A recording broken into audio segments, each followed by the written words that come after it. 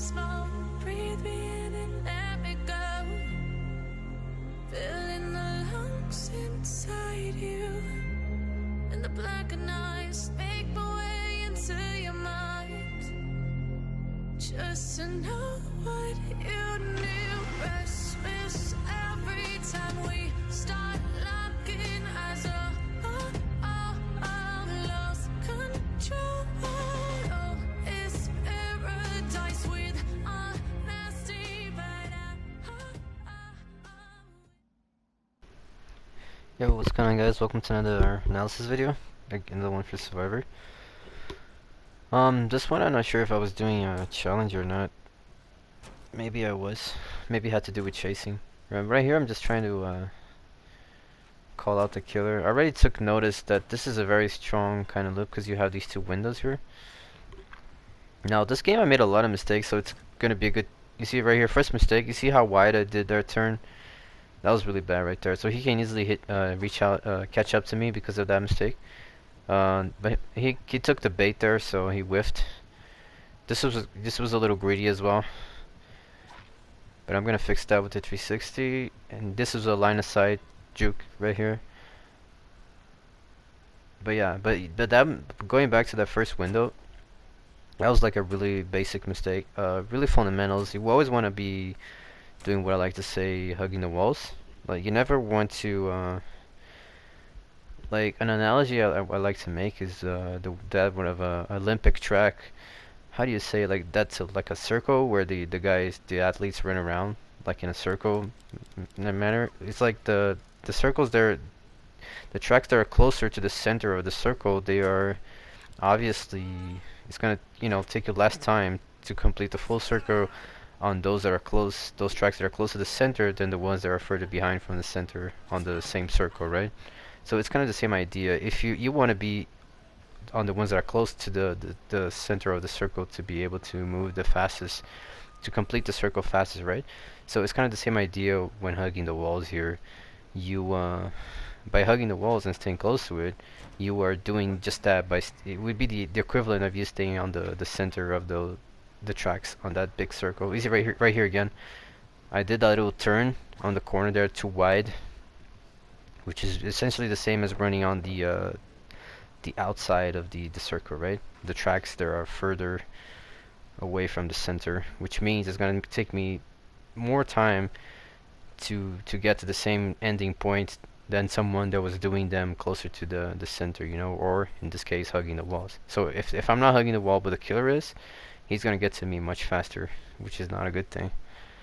And the same thing, the opposite applies. If you're hugging the walls but the killer isn't, you're gonna reach the end of the loop there on the same point faster than he will, even though he moves faster than you. So in that sense it's good, but it's all about who makes the mistake, And if neither the killer, neither you are making the mistake, then you just, he's still faster than you, but you'll be able to, no one will gain an advantage, but you still be moving as efficiently as you can.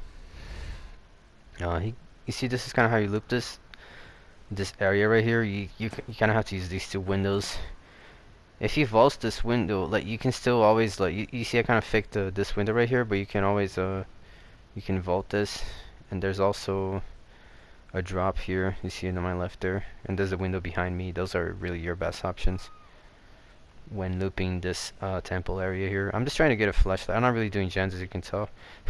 I'm really just trying to get stacks, get chased by the killer, get some flashlights. Which is how normally I play. But yeah, basic fundamentals here is really the hugging the walls thing. That's kind of crucial. I for some reason made a lot of mistakes on that in this game. You really got to pay attention to that. Like, it's really everything when it comes to looping. It makes a huge difference. For the killer is kind of easier to do that because he's on first person. So, but you especially when you're looking behind, it's kind of hard for you to on the third person view of the survivor really make that perfect turn, following being close to the wall and everything. In other words, when I say hugging the wall, I mean you want to be, as you're looping, right, you're running around the structure, you want to be as close as possible to the walls without actually bumping into them, You don't want to be like further away from the walls as you are circling around them, because that's just gonna give you more distance to reach the same spot, you know. So it is less efficient. I think right here I probably made the same mistake again.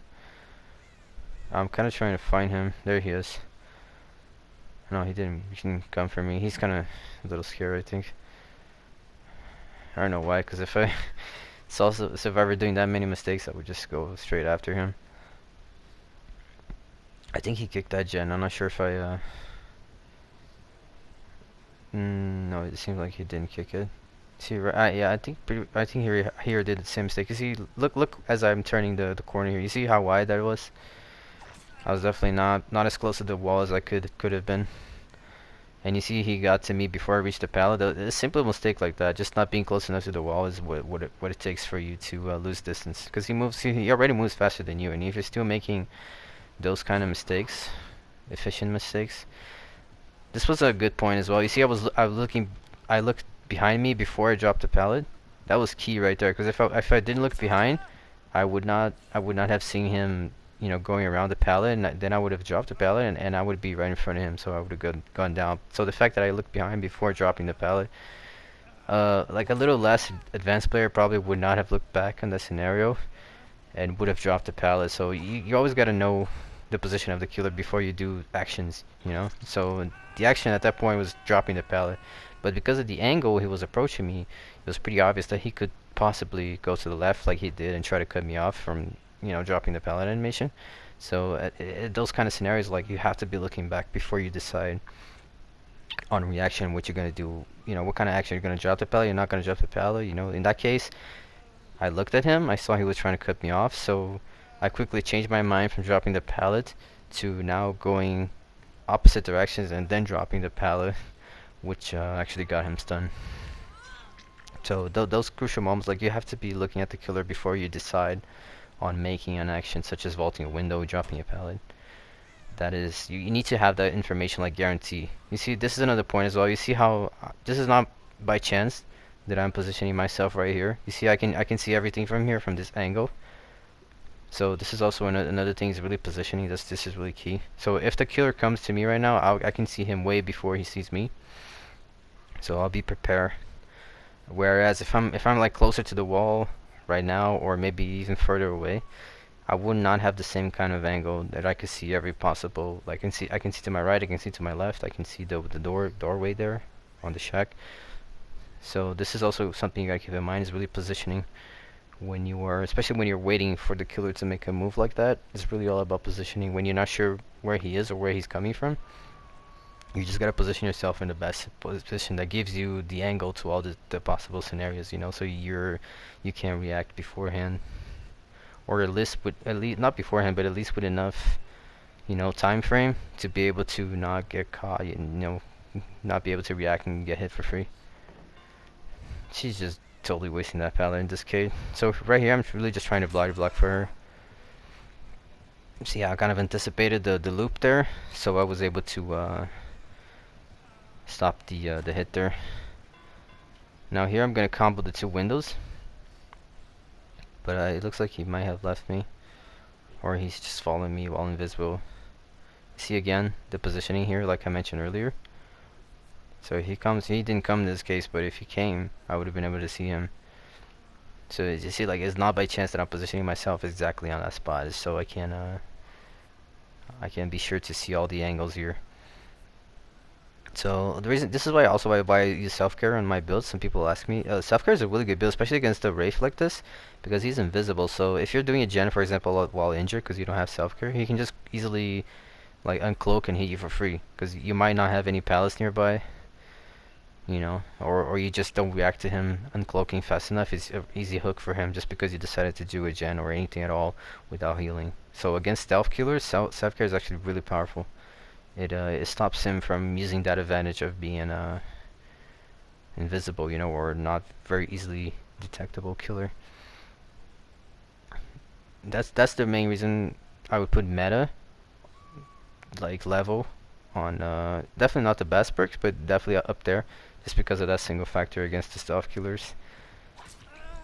Like, not being hooked is a big deal, man. So Definitely helps you win the game.